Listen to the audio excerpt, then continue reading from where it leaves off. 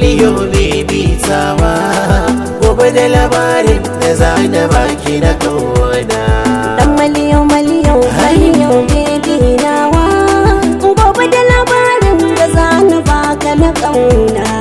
Dan maliyo maliyo baby nawa.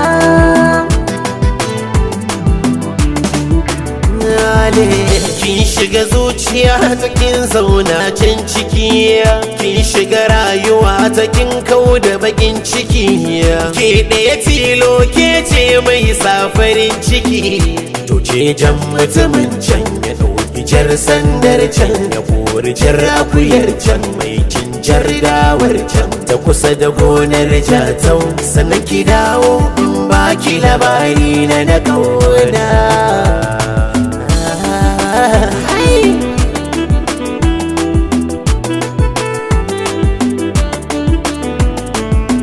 Ka zama gwarzo a fagen soyayya ta, kai ne jigon rayuwa ta fahimta ta, sai da kai sahibi na zancen mabukata ta. Mai na ya kone talle talle ba da talle ba, talle talle jirkita min talle talle in ce yau kashe talle talle talle talle ayya dan maliyo.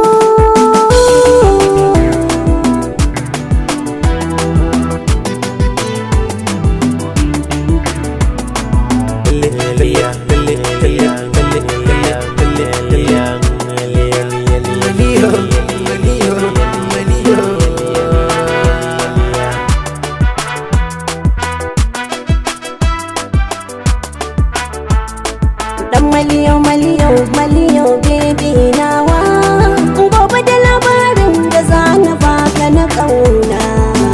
In har ina jin kishirwa ki zan nufa ki ɗebo min ruwa.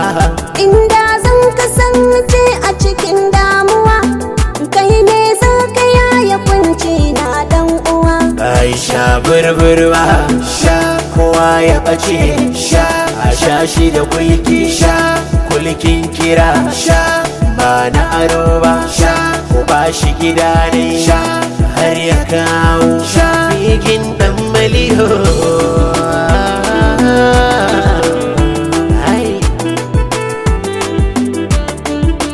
Fata na a gidan aure kai garkuwa, Zan kare haƙin kikarki da mu yar uwa.